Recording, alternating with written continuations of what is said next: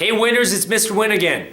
Last video I talked to you guys about demand. Specifically, I talked to you guys about change in demand.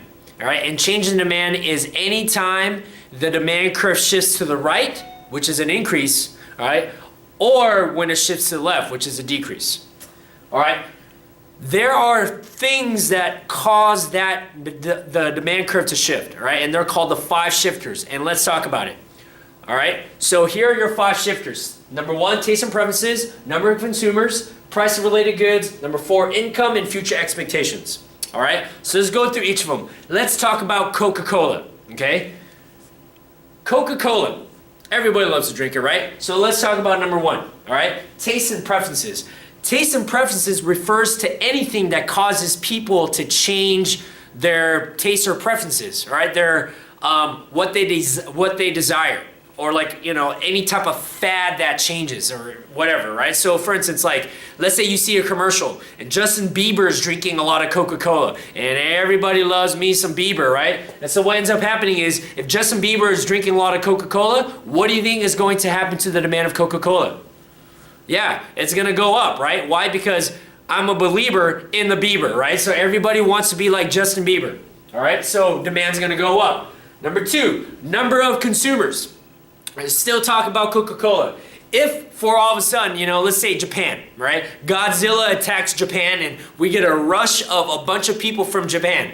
Japanese people immigrating to the United States. Tons of Japanese people, right? Because Godzilla is attacking Japan. So what ends up happening? Well, there's going to be an increase in demand. Why? Because there's more people. More people means more demand, means more desire for Coca-Cola. Okay? Number 3, price of related good. That refers to 2 types of goods, a complement or a substitute. Okay? So let's talk about Coca-Cola again. All right? Coca-Cola, what is the substitute for Coca-Cola? Pepsi, right? Or Shasta or RC Cola or whatever it is. If all of a sudden, all right, let's say, you know, Pepsi becomes cheaper. The price of Pepsi gets cheaper. What do you think is going to happen to the demand of Coke? It's going to go down. Why is it going to go down? Because Pepsi is cheaper. So people are going to substitute away from Coca-Cola and buy more Pepsi. Okay? That is called a substitution effect. A complement is anything that goes together, right? Like peanut butter and jelly or shoes and socks and you know, burgers and fries, okay? So let's just assume a good complement to Coca-Cola is Skittles, okay?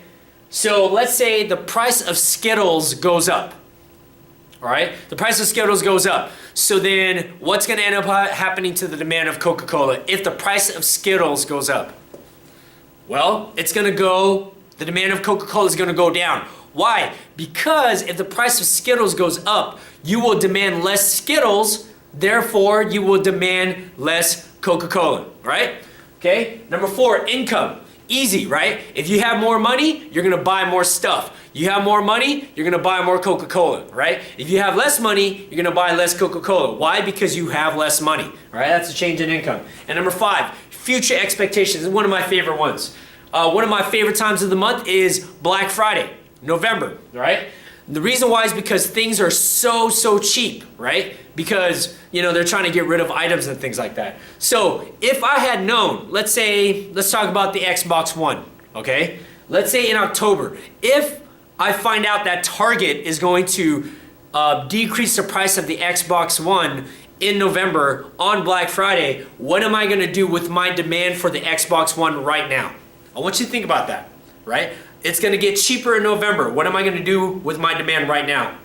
You're right, I am going to decrease my demand right now. Why? Because I'm going to wait, right? I'm gonna wait until it gets cheaper, right? Until Black Friday. You guys got that? So that's what future expectation means. These are your 5 shifters. These are the 5 things that will cause a demand curve to shift to the right or to the left, all right? You guys got it? Until next time, I'll see you guys later.